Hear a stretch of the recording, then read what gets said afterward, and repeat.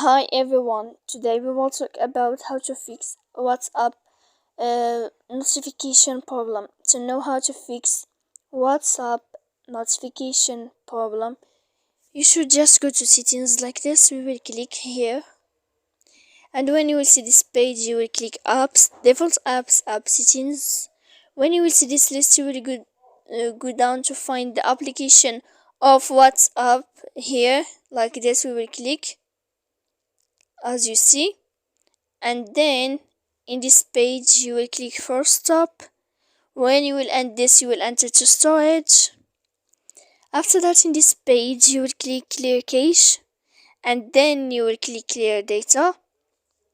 And after all that, you can turn off your phone so that you can know how to fix WhatsApp notification problem.